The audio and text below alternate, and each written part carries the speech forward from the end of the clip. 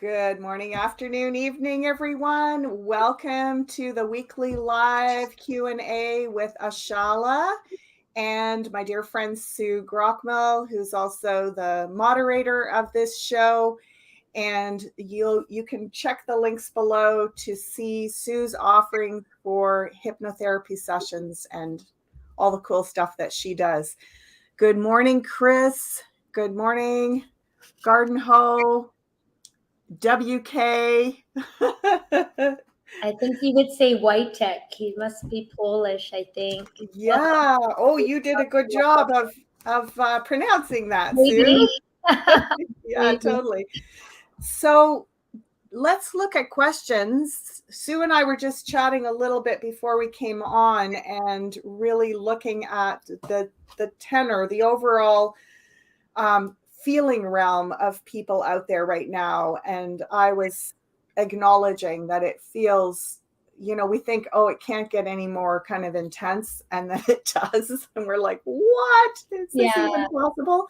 Yes. So I was just sharing how I had done a reading for someone yesterday, and their guides were suggesting that we really go into this next 3 or 4 months, coming to the end of 2023 and going into 2024, again, as we've been saying, doing the inner work, and especially around reprogramming the mind. It's kind of like the final frontier is what I was being shown, and it was really relevant for this particular woman. She's a Gemini like me. We have these phenomenal minds that are like super high tech computers, but at the same time, they can get literally kind of buggy. They can get overwhelmed, right? So all of our minds are so saturated with so much information, and we still are using these old operating systems from the old paradigm. So doing the brain work, I'm hearing doing the brain work first and then the heart math over this next 2 or 3 months. What does that look like? To me, it's a lot about like literally reformatting, reprogramming the mind. Joe Dispenza comes to mind around, becoming supernatural and how to work with, like a 40-day program of literally wiping a lot of that programming and resetting your mind. So yes, if we're creating our reality and then we're creating it through filters, what are we creating? We don't even know. And I think that's the hardest part. I do have a question about so there's lots coming down the pipes about just that, like more programming that's coming through our phones, whether they're on or off. We've been inundated with information, obviously, misinformation, been pulled in all different directions. There's that. But now they're saying, well, with all this AI technology, it's just coming in. You can have your phone off and it's just coming in. So how do we prevent that? I'm also wondering if heavy metals. So cleansing heavy metals and how important. I did a heavy metal cleanse and I fell asleep and I had a dream that angels were clearing. They were clearing a film from my head.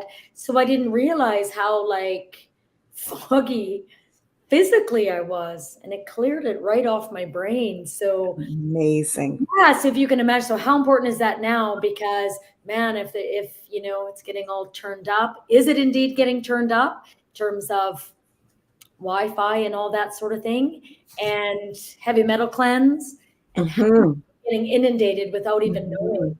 And I see in my sessions that it's like, well, who is that? And it'll be like, whose doubt is that? And it'll be like, oh, that's the collective, right? And so like, well, what's that then, right? And so that's not even yours. So how do you know what's coming in? How do you know what's not? Yeah, and this comes back to, for me, that because we are in this time, like normally, let's say back in the day, and hopefully in the years to come, we can go along our daily business and, we have to go through little cycles and little times where we need to cleanse the body, the physical body, the emotional body, the mental body. What I'm being shown is that we're going through something unprecedented right now. So it's almost like you can't, it's just so hard to keep up with it, right? It's like it's almost 24/7. So, and that can be very daunting. We're like, how do we respond to all the different ways that the collective is going through this massive process? And what we are seeing, of course, those of us that are awake are seeing that what's happening is a lot of what's been hidden is now coming to the surface, which is good, but it's also a lot. It's a lot. Well, and we can only palliate so much at a time. You only can stomach so much at a time, Yep, exactly. Okay, so the cards are saying, when you ask the question, is this coming from the outside? How much of it is affecting us? Can we do something about that? I'm getting that it is coming from the outside, almost like a stimulus, but it only latches on the inside, meaning our mental program, our emotional program, our spiritual program. It can only get in as far as we are not clear in ourselves. I love it. Yep. So that makes tons of sense to me. It's almost like even if you have chemicals and stuff is coming in, maybe there's something to cling to, but if your heavy metals are cleansed, for example.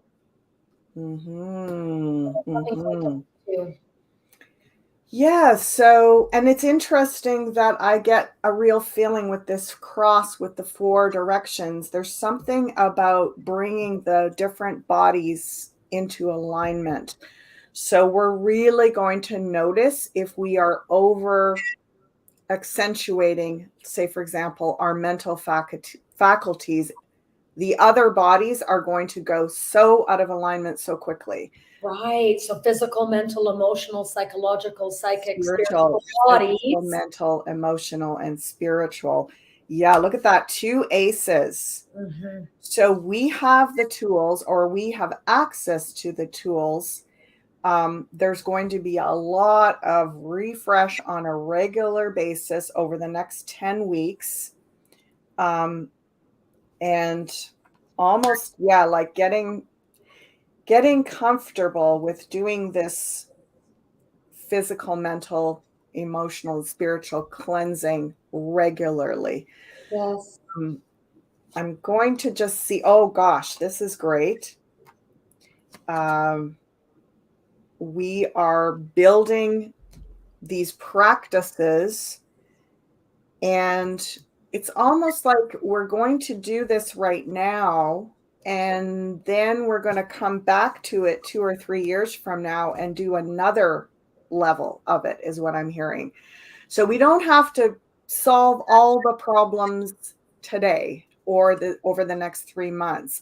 It's like we're building a scaffolding. If you think back in your life to a time where you made a decision to make some big changes, maybe spiritually, mentally, emotionally, physically. You were just talking about this earlier, Sue.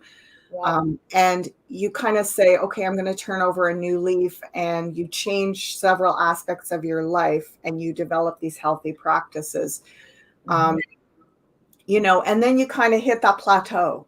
So it's like you do that for a while and it works, and you just kind of hang on and do that for, like, say, a year, 2, 3 years. And then maybe after that, you need something new or to update that a little.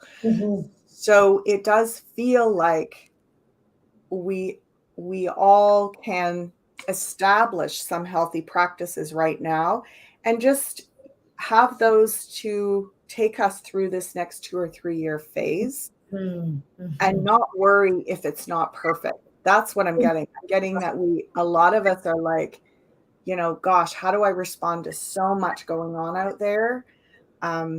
Like, it just seems like there's nothing I can do to match what is needed out in the world. And what I'm hearing is they're saying, just do these practices, establish a routine that's workable for you. And and then just plateau at that place for a while. So that's interesting. Any comments or feelings about that, Sue? Yeah, so Garden Hose says, it's easy. I don't own a cell phone. Right. Well, and each of us are going to have different ways that we establish kind of a ground floor stabilizing program for ourselves, like it depends on what you struggle with. Is it more mental? Is it more emotional? Is it more physical? Is it more spiritual? And what really knocks you out of gear? Whatever that is, you're going to make that your main focus of working regularly on that. Practice tuning in too. What do I need? What do I need? I Mhm.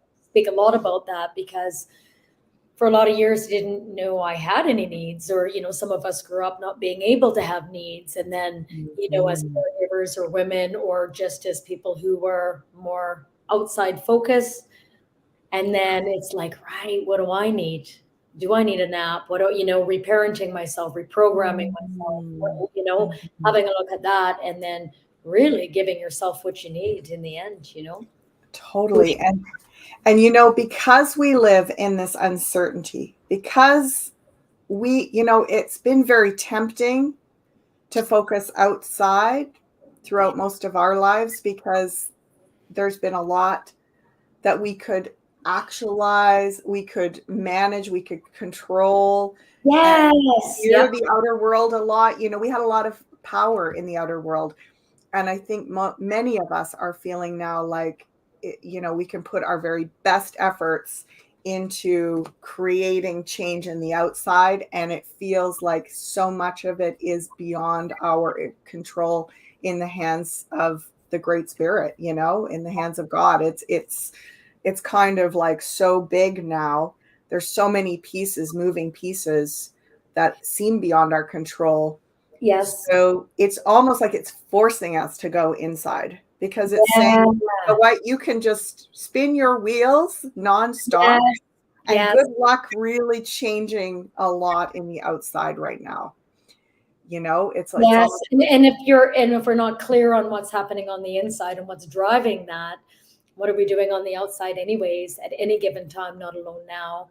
And yeah, so just like in AA, it's like, this is too much. So I give it up. I To a give it higher up. power. I give it up. Yeah. Yeah, And interesting accepting you and saying that accepting where it about is, where we're at. Interesting you saying that about AA, because this card, the answer to the question, are we being influenced by outside energies? Of course we are, but to what degree and how much control do we have over that? This is a card that actually speaks to mental health issues, challenges, and addictions. So again, it's almost like we can notice when, like, how our bodies are reacting, how our emotions are reacting, how our addiction patterns are reacting.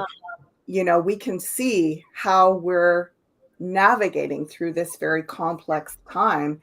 And if things are kind of going springing all over the place, then the outside is not going to fix that. Like, focusing on changing the outside is not going to solve that. So it is that first step in AA of saying, I give this up to the higher power, and I focus on my story, my inner world. Well, and I always say, like, a lot of us went through kind of the third stage where you're like, well, I quit, so now you have to quit. I've changed, so now everybody has to. I get it, so you Mhm, have to get what I mhm, get. mhm. And then so that's kind of that stage where you're, and so I think the last few years have been like, oh, no, no, no, I see what's happening. I don't think you do. And so now it's a little more like accepting Mhm, your mhm, free will. We mhm. talked a lot about accepting people at their past, where they're at, and what, you know, who they Totally. are and all of that, right? And Mhm. your business, my business, God's business. Whose business is it? Who wants to open up their back, right? I've been thinking a lot about it. It's like, am I meddling here? Because if I am, I better have a look at that. And then Mhm. also a little bit, what comes to mind is the victim, the victim, persecutor, savior kind of complex. Like, who made me savior, trying to save people? And then Mhm. coming out of that kind of Mm-hmm. paradigm, which I don't believe fits into the new Mm-hmm. earth. And so I think we're Mm-hmm. playing a lot of that out, right? Mm-hmm. Definitely. Well, and Interesting. Yeah. that we obviously have the greatest impact on the larger picture and on the collective experience when we're actually truly living from the place that we value instead of imagining it, philosophizing, talking about it, but not able Yeah. to sustain that in ourselves. I mean, that's the Christ consciousness right there. How Christ affected change on the planet was literally living from that place and walking among people and sharing, radiating that consciousness and saying, you can do this too. This is available to all of us. It's a big growth curve, Yeah. you know, Yes. and we can't get there to that degree without going through all of those stages. We all have a long journey to evolve to that place. So, it's almost like they're saying there's no time like now to really get in touch with that journey within yourself. And the other thing that, because I'm an air sign, you're an air sign too, Sue, and because there's so much in my brain around planning and strategy, it really unnerves me when I can't sort of find my way out of the puzzle, when I can't solve the puzzle, solve the riddle, and figure out a strategy. That just really is upsetting to me. It's like I'm there going over it and over it and over it in my mind. And what this person's guide said was that, when we do the inner work and when we say, I give it up to God, I really do not know how I'm going to solve this or how the world is going to get through this or how we're going to, what my role is in making the new earth, making things better. When we let go of that and do this inner work, what comes from a place where we get into more alignment, we get clear of a lot of that programming, we get clear of a lot of our trauma, we really work on mindfulness practice, reducing stress, like all of these things, and we literally practice this like it becomes our top priority. Mhm. Well, then we imagine solutions and things come to us so naturally that are really good solutions that Yeah. we couldn't think of when we were in the other state. If you just hold back, it presents itself for you to see. And that's probably when you're in your parasympathetic nervous system and you are connected, waiting for it to drop in as opposed to trying to control it. And so I see myself doing that as well. And then I find myself, well, hang on, just let it go. Just let it be, because it'll come, not when I demand it to come, and not also in the how. Like the how comes as well. There's a great question here. Is our relationship with financial enslavement system about to change? For the love of God, is it about to change? I hear Okay. Yeah. Well, yeah, and to me, this is the big this is the big tamale right here. Because they because I'll say, tell you what, like I think that's keeping like the debt slave system. I feel like that's one place. I was like, if I could have some freedom there, I'll tell you what, I would feel way more free. I don't like being attached to it either. And then with this eclipse energy, and then also a little bit on my root chakra, like security, right? So I try to, process it. But yeah, I feel that with this eclipse energy on relationships, I hope we get more freedoms. yeah. Yeah. And again, they just keep showing me we're being pushed and tested like an initiation because the only place we really get the freedom is in here and in here and in spirit.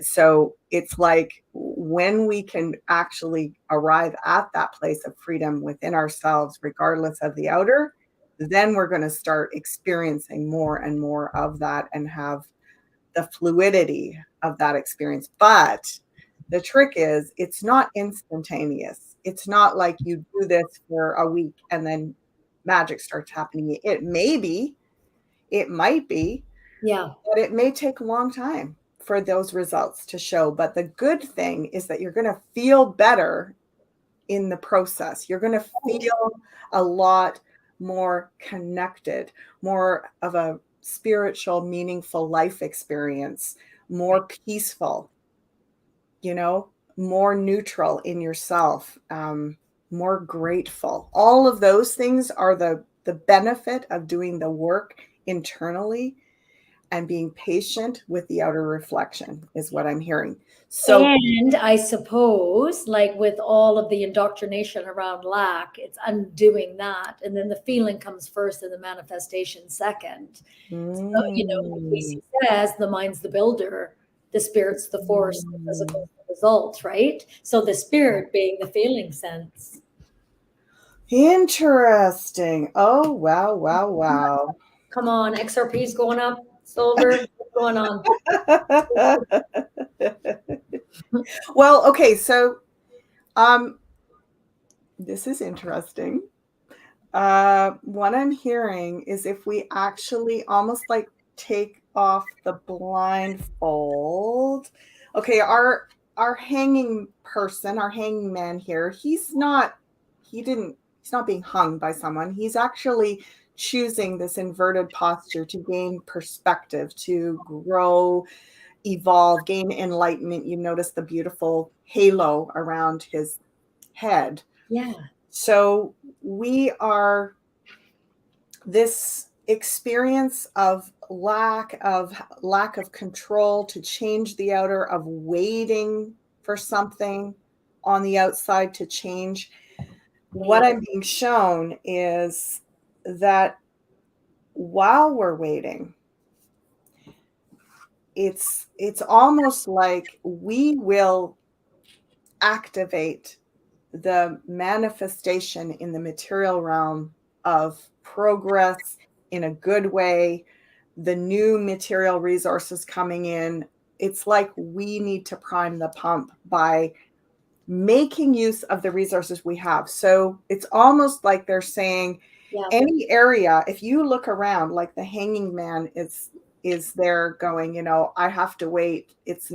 I can't take any steps. There's nothing I can do. I've got to wait for the. It's almost like you're at a standstill waiting, and it's like, no, keep on keeping on living and manifesting. And they're saying we all have excess. Like everyone that's listening to this likely has a lot of resource that could be managed, directed, invested, spent, repatterned. It's like the guides are saying that spirit is kind of going, we're not going to give you more if you're not really doing good stuff with what you've got. I totally get that. I always say, like, instead of running to the store, I'll always find something. And I'm like, well, this will do. And what about this? And I have some stuff in my freezer I could put in there. Oh, and my neighbor has one of those. So habitually, instead of running to the store for this, that, and everything else, when everyone has two of everything, in fact, if not more, because they can't find it in all the stuff that we have, we're not being resourceful at all. Being resourceful. Yeah, this is the resourceful. And this is not about shaming yourself and going, like everyone, I'm sure also the majority of people listening to this are really doing amazing. They've got they're managing their resources really well. They're really thinking about how to participate in creating new earth and spreading the wealth around. And I understand that if it just dropped on our laps, it would be like, let's do this. Let's get out there, roll up our sleeves and do it. But they're saying there's something hidden here, because a lot of times when people actually get a drop of finances, they act very similar to before they had it.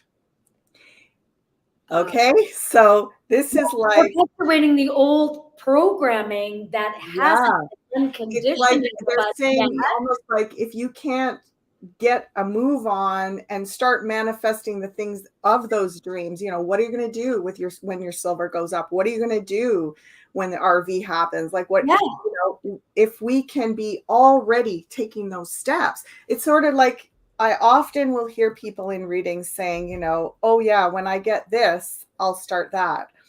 And the guides are saying, you're not going to get this until you start that. So it's sort of like other way around. it's kind of like spirit Yeah. playing chicken with us, right? It's like, are you going to go? Are you going to make a move here? Are you going to like activate and be courageous? Look at faith.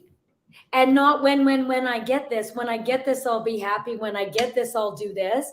And then you get it. And if we're not prepared, like you say, we get pulled back into the old ways. And next thing you know it, you're like, oh, I'm just buying more and more and not even realizing what I have. Yeah. So some like there's people are like, silver, please, please. That's about silver. I got caps. Yes, silver, please. Okay, we'll look at silver. And Yep. So we got silver. I've been feeling lately things are really going to be awesome by this Christmas. Hey, oh, but you know and what? I always think too. Today is awesome. today Today I is have awesome. everything I need. I'm fed. I'm warm. This moment's beautiful. There's nothing more I need in this moment. Nothing more. So And you know, interesting as well. Like there's so many. Their guides are saying there's thousands of ways to prime the pump, and a lot of them are fun.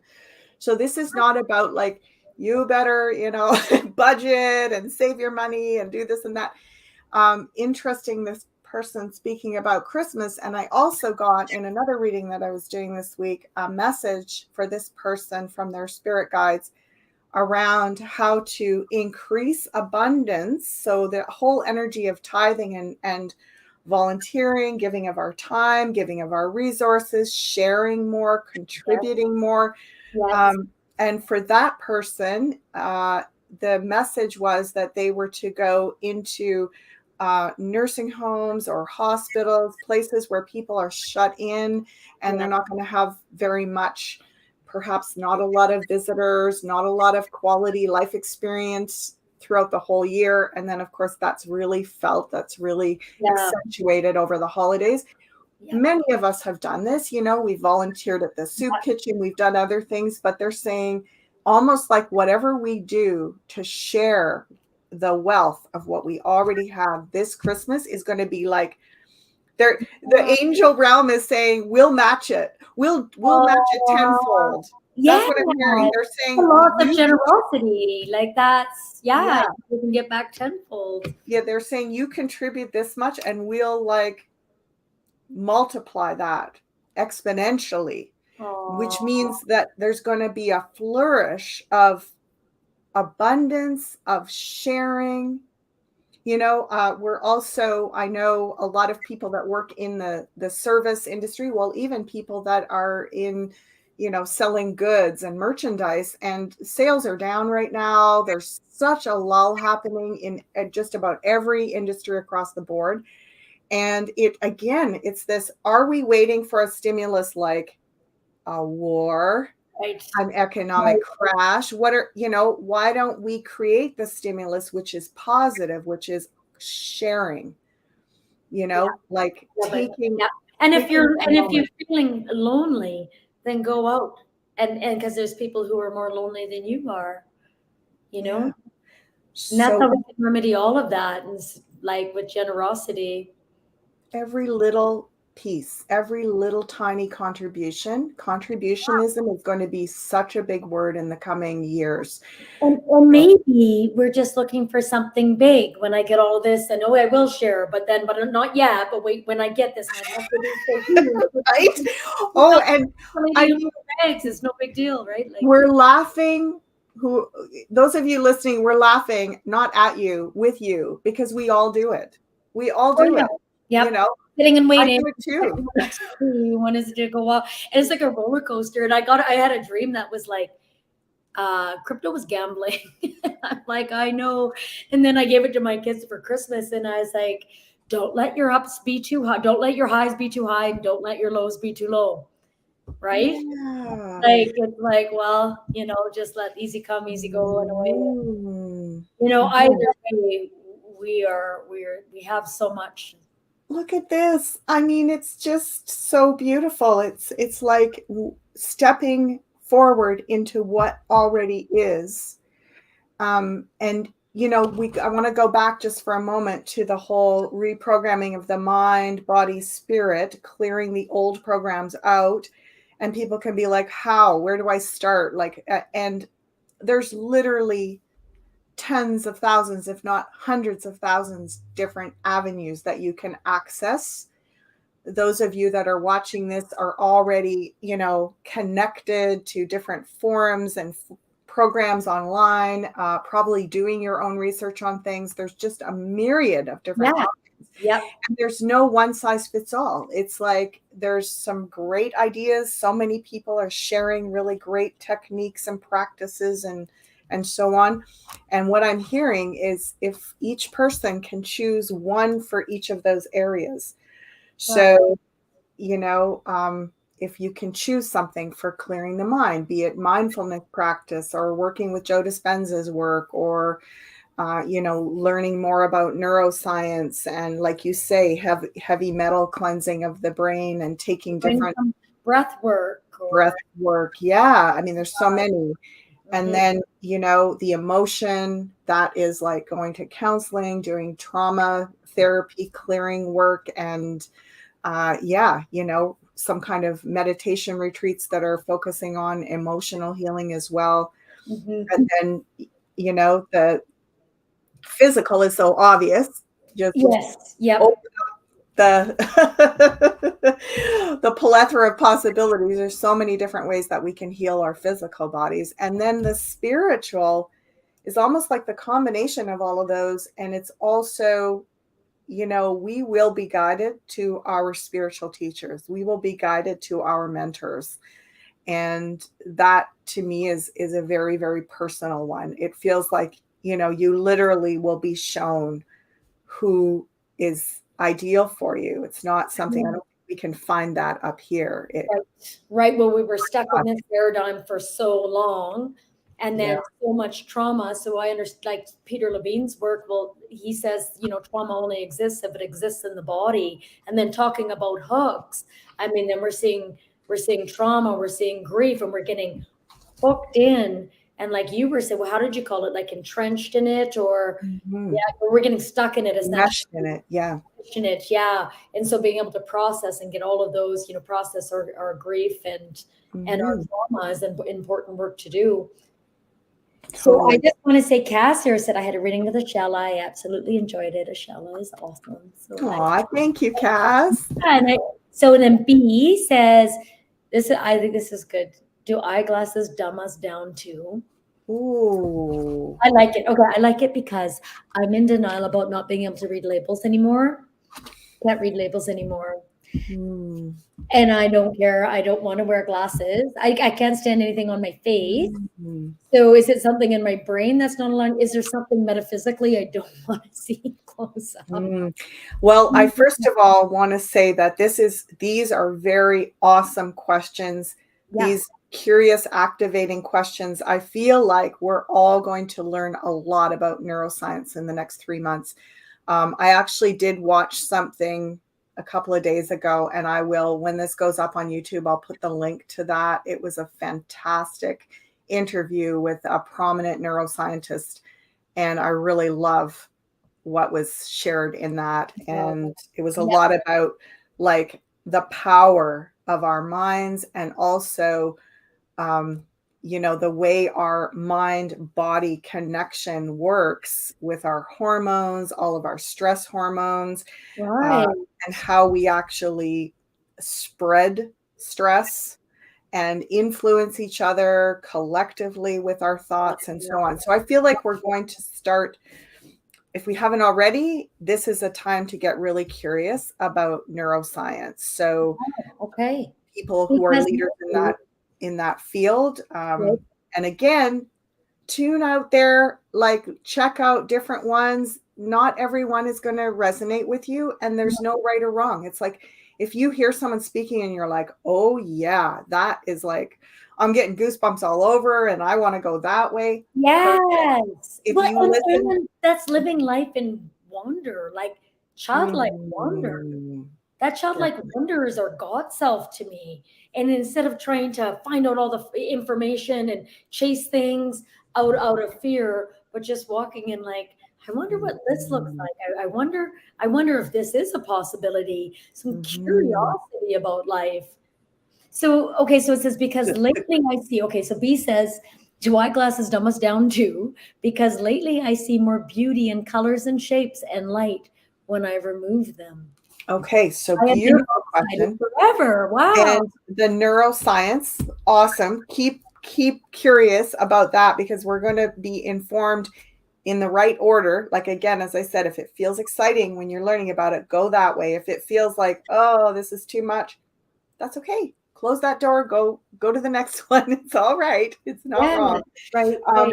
so what I'm hearing, interestingly, is that the justice card is a lot about two sides of a story. You know, there's the sword of justice cuts. It's a double-sided sword, or a double-edged sword. So there's a benefit, obviously, to wearing eyeglasses, contact lenses, so on. However, there's a drawback of dependency. So I feel like it has to do with this all or nothing attitude, which is very, very common in our, oh yeah, okay. This is a very, very common attitude, which is like, you know, if you're going to go this route of allopathic medicine, you have to finish the whole treatment. If you're going to wear eyeglasses, you got to wear them all the time when you're doing this activity. If you're going to do this, you got to like do it by the book, la, la, la. There's Not like taking rules. both, right? Not like taking, yeah, or feeling it, oh, this isn't for me now. I take it off because it's colorful. That's great. But in this moment, I need them. Absolutely. And it's like, it's almost like there's this attitude, which is you either are buying into this eyeglass thing or you're not. And it's like, well, how does that serve us in terms of, you know, being able to be open and inspired by new information, new possibilities? So what I'm getting is it is totally fine as something that you use as required, but not necessarily as prescribed. Then it leaves possibilities open for new information about how to reprogram the optic nerve. You're using neuroscience, using different techniques. So we're going to learn so much about other ways of working with the brain chemistry, in order to create change. I know a guy who ate a bunch of, I don't know, a guy, I read about a guy who ate a ton of blueberries and corrected his eyesight.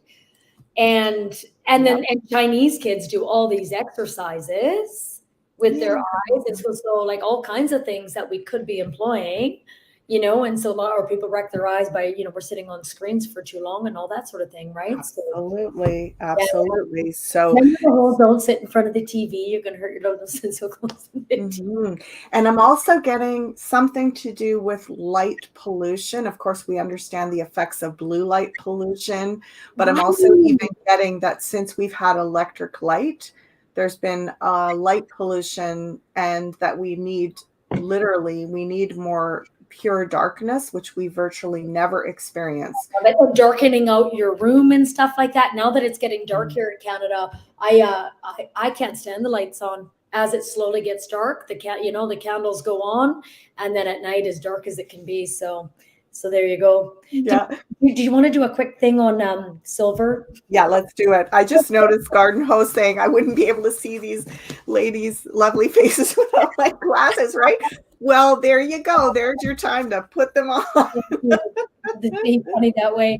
Yeah, I know, right? People get glasses for the first time, and as a sign language interpreter, I've gone in and they're like, people put on like, they're like, you're legally blind, and they're like, what? You know, and it's like, yeah, you don't know, you haven't been seeing.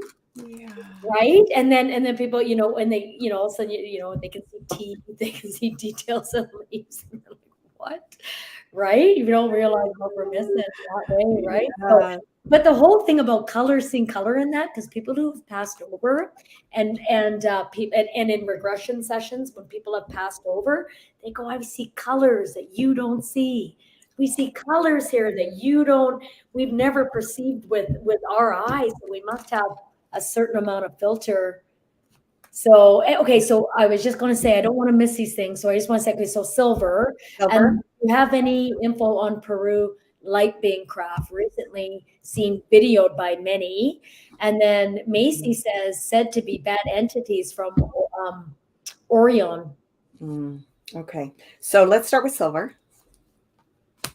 Love the breakdown by Oshala, and people are, yeah. Ooh-wee. We talked about silver a couple of weeks ago in my soul sampler, and Right. Holding on to it, right? Like holding on. Yeah, it still looks quite, unfortunately, we're still seeing silver energy as being hijacked a bit. Let's have a look at where it's going. Yep. Yeah. So, okay. Huh. Again, I'm getting circulating our silver in a different way. So this is also something that's been showing up in readings lately where the guides are saying, let's actually put our money where our mouths are, literally put our silver into our pockets and amongst ourselves start trading silver. Like they're literally saying, let's start trading silver in our own communities. I love it. And then watch the value rise. There's something about all of this energy in this today's live about waiting for it out there. Yeah. And they're saying, please don't wait. Please. And there's another thing about hoarding energy. And if I can remember, there's something that's biblical about not hoarding all this stuff and just waiting and waiting. I got all this. I mean, I don't want to like say food or, you know, what we're doing with hoarding anything and just this holding pattern, right? Without having it move. Well, I don't need it right now. Maybe somebody else does. And so moving that energy is what's coming to me. And I was just thinking, like I would go to I would take care of my body better. I'd go to massage. I would go to my osteo. But here I am going, well, I don't have expendable cash right now, but I do have silver I've been sitting on forever. Interesting, right? Interesting. So even I mean, it seems a little silly. It's like, okay, we're going to start trading silver amongst all of us that already have silver. But I think somehow this energy of let's move that, let's keep that, like get that flowing, get that going somewhere. Now, this is so interesting. I'm going to just say this because it will be relevant to someone out there.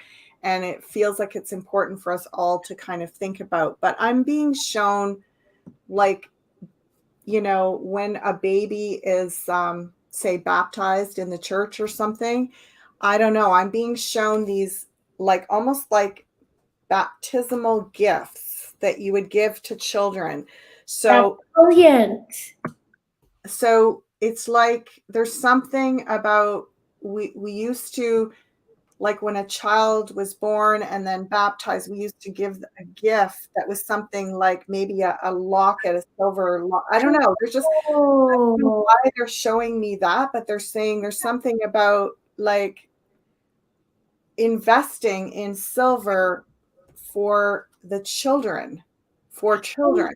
I love that, Ashala. Also because when we give to kids, often they have answer everybody's and their things and toys and more clothes and more that they often don't need. And so this is a really good, it's a foundation. Yeah. Somehow connected to that child. Somehow connecting. So whatever that looks like for you, like, I don't know, like when a baby is born, say, for example, that there's a gift of silver, like we can turn this around. We have the power to direct this silver in a good way. Yes. It becomes something that is given to infants as like, and there's I don't know, something about the purity of the intention of that. Yeah, okay, well then I also think then it's not stagnant and we're not putting our power outside of ourselves, Ashala, to say, we're waiting for the controllers to decide this and that, we're making it move. Oh my gosh, silver spoon as a baby gift. Yeah, I'm just getting chills all over. It's like, this is how silver used to be given. In fact, I remember, now it's just coming back to me. I was given, I believe, at my baptism, maybe even at confirmation or something. Anyway, I was given silver dollars. Oh, that's amazing. So So there's, Garvin Ho says, cool, just gave away 4 silver pieces on Saturday, Libra birthday party. yeah. Nice. So there's Hey. something about let's invest in silver differently just for a while. Let's experiment with this, shall we? Let's give it about 6 months of us changing our attitude around how we express through the energy of silver, because silver is, again, it's such a beautiful conductor of loving frequency, light frequency. It can be literally magnify the power of the intention. So if we're holding on to it and looking every day at the TSA index and, like being like, what's Yeah. happening?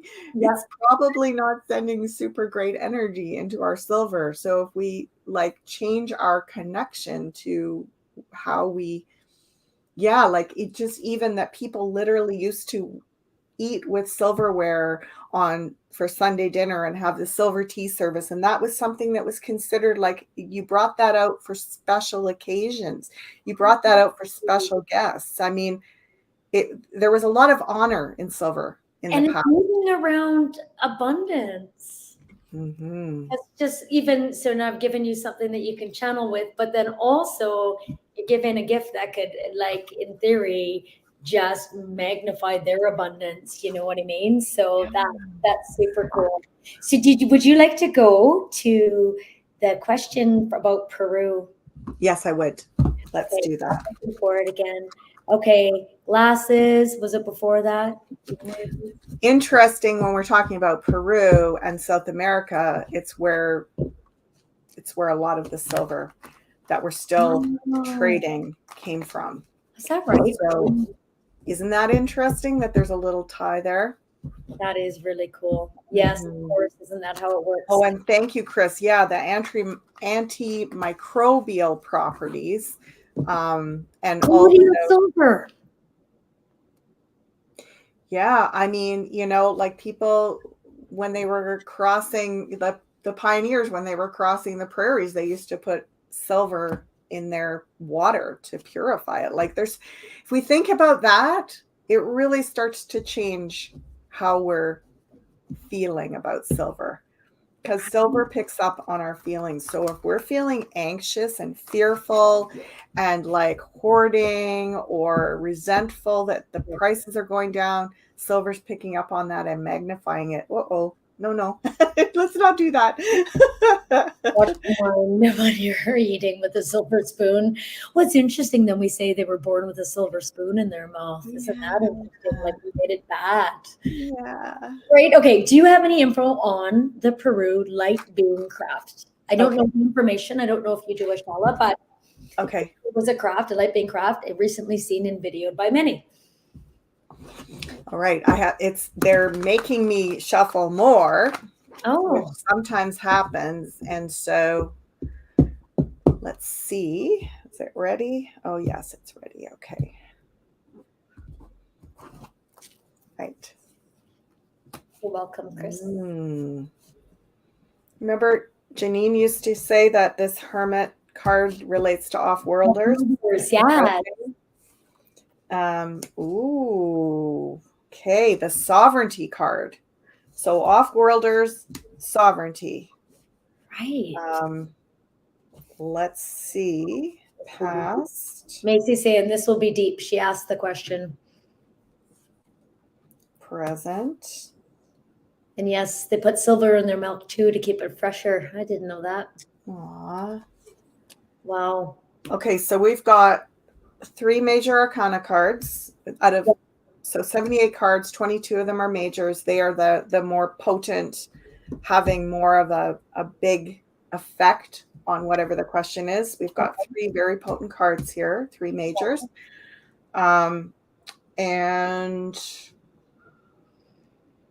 So there's something about guarding our sovereignty, our sovereign freedoms. I was doing a little bit of wordplay etymology with the word freedom, and it actually is basically free from dominance, freedom, free from dominance. That's amazing. Yeah. So there's something here. I feel there's something about guarding a portal. There's an off-world guardian energy around this portal that is about freeing us from a power dominant paradigm. So there's an energy portal there. That's why they're in Peru. and we're being asked to just like sort of wait. There's two waiting cards here. There's this four of swords and the hanging man. Interesting that we are also, so is this, are the crafts that are being seen in this image, are they from Orion? Orion, right? Or are they beneficial helpers? Okay, so I'm getting there's both coming and going. There's both sort of hovering around that portal. And interesting that they're telling me, this is the analogy, the guides give some interesting analogies. They're saying if you're trying to get a sliver out, right? If you have a sliver in your hand or something, you're trying to get it out. And if you start picking at it and you can't get it out and it goes deeper in, it's like it's going to take a long time for that to come out, right? Yeah. So they're saying it's almost like you're putting like a hot compress on it and you're not like picking at it. You're not fighting it. You're like helping it naturally expel itself in an expedient way. That's what they're showing me. They're showing me there's something that's trying to be expelled from that portal. And it almost doesn't matter if what those lights were, the good guys or the bad guys. It's almost like just to acknowledge that that portal is, it's not, the good guys are not going to go in and like start shooting lasers at the bad guys. Like that's like going in and picking up Star Wars, right? Yeah, they're saying it's like you don't want to exasperate it. You want it to naturally expel itself because the tissue around it is healthy. So as the tissue around it, this is how I work with ancestral healing too. We don't go in and start poking at the ancestral trauma directly. We basically create a beautiful energy field of health around it, so it automatically starts to. I'm thinking of like a healthy microbiome almost. It's not just okay, we're going to eradicate these, these parasites, but you're healthy, And then they go on their own. They go, I'm out of here. This isn't, my frequency isn't matching this anymore. I'm beam me up, get me out of here. So so Macy's saying it was shooting out blue portals. Okay. So what do we need to know about that? Wait. Wait. And how can we support the healthy expulsion? Yeah. Okay. So these two questions connect again. And they're saying, we've been talking about silver and gold. We've been talking about, precious metals. We've been talking about like fashioning them into or purchasing jewelry, silver spoons for infants and this kind of thing. And turning this energy into something meaningful, channeling spiritual meaning in. Well, the next level of that is to do that as an offering to the earth or the water, the elements, to offer this mineral. So, all around the world, ancient cultures all around the world have given metal. They've offered it to the land. They've offered it to the water. I know it sounds extremely pagan, but if you think about it, even in ancient church doctrines and stories, there's been, gemstones and minerals and things like that. Water and carnelian worn on the high priest. It's also biblical. So absolutely.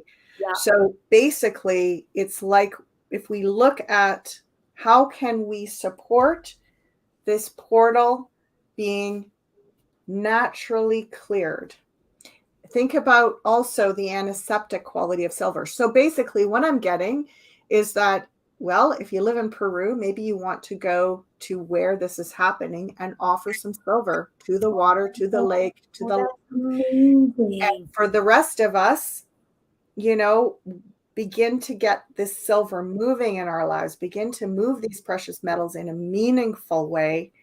And maybe, I mean, I've done this. I've given pieces of jewelry, not old broken things that I don't want anymore, but actually beautiful things. I've offered them on behalf of some sort of healing intention. So, Well, yes, we talked about that too, Ashala, with even sexual energy, because do you remember that? Because it was like, I don't know if it came out of, what is it? The Ringing Cedars. And then there was some talk about entities coming in and taking that energy. And I know with a lot of how dysfunctional and dark the energies become around sexuality, all that sort of thing. And abuse and whatnot, but offering that energy up. And you had suggested to three things that are of the light. So perhaps earth, so it's all like, perhaps we're like those energy portals too. We and are. our sites and those energy portals. So offering up that intention. And I always do, because I feel like if I don't direct energy, it can be taken again, can be misused. Yeah. I can call in things I don't want called in. And so offering them up. But the other thing I was going to say about dark entities is, what I've known is that, or what's happened to me, even in dreams. So I've had lots of attacks with entities, things holding me down or throwing me around or whatnot.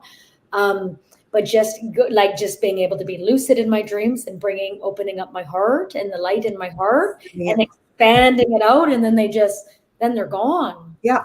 You can follow, and I've done this for years in my dreams where, and it's lucid when I'm doing that, where you follow like the entities attacking you. And then you suddenly go, wait a minute, I'm afraid, but I'm going to turn around and face it. And then you start sending it love.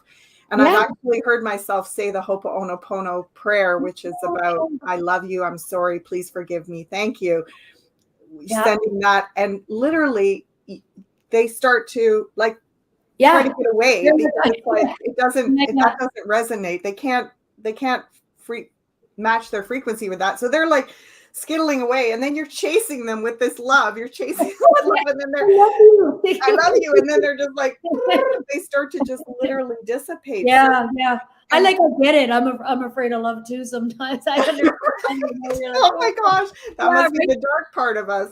Right? Yeah. And I had this one guy that used to chase me in my dreams, and one day I was lucid enough to throw water on him, and he went just like the way he disintegrated.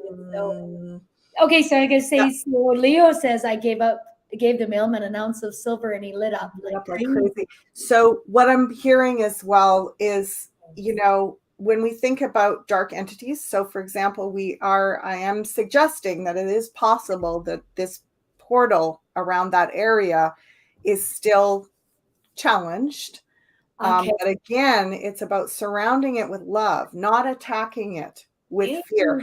And what they're showing me is, and I've known this for years, it's been my go-to way of doing protection work. I don't see protection as something I put out there, like a buffer that locks me in. I see protection as sending out energy of love and generosity, which creates a huge energy field around. And dark energy does not want that. Okay. Like basically, a dark force energy cannot steal or take when you're already giving. It's sort of like it's going like, I'm trying to take.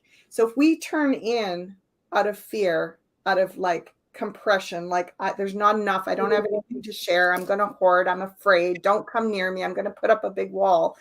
If we do that, the dark force comes in to take. But if we go, I'm sending out love. It's not my place to analyze why you're a dark force and what I'm supposed to do about it. I'm just sending out love. I'm sending out offerings, generosity, gifts of energy. to spirit in general. And as I'm doing that, it creates that buffer of generosity and light and loving frequency. And the dark force has nothing to come in to take from, because it's already doing. Right. Like if I'm going to offer an insult, someone's like, "Oh, here's a gift." You're like, Right. Right. What are you going to say? You're like, "Oh, Right. right." Yeah. What's interesting about portals that's coming up for me lately is that all these energy portals. So in a session, someone had said there's an energy portal in Mexico, and they were saying in Banff, so it's so interesting. So in Banff, in this place called Bankhead, and it was there, and in Hawaii, I think. So there's these three places. They're like, you think Mount Shasta is a big deal, Banff is something else. So they were talking about Bankhead. It was a little coal mining town that was thriving, and it was only thriving for about 15 years, and they shut it down. And so, yeah, so there's supposed to be all this incredible portal energy there. And so why was that, I'm wondering, why was that shut down? And also, what happens, like, should we be going there to receive some of this energy? Can we protect this energy? Is there darkness around that? I certainly, I've heard that there's I don't know if I can say these words, but those things that go underground, that, right? And so I've heard a lot of that going on. So, you understand how strong that energy is, powerful that energy is.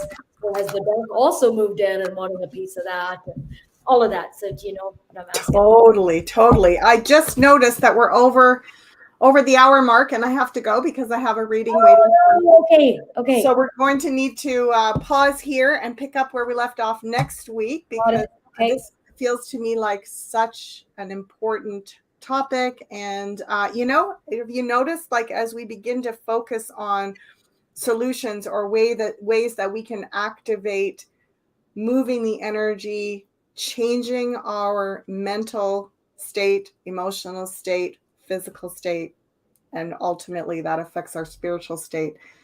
It takes our mind off the anxiety, off the worry, off the fear, for sure. It empowers us. It does. Have a beautiful week, everyone. Blessings. I'm going to say goodbye to you as well, Sue, because I got to go right away. So we'll see you next week. Okay, much love, everybody. Bye for now.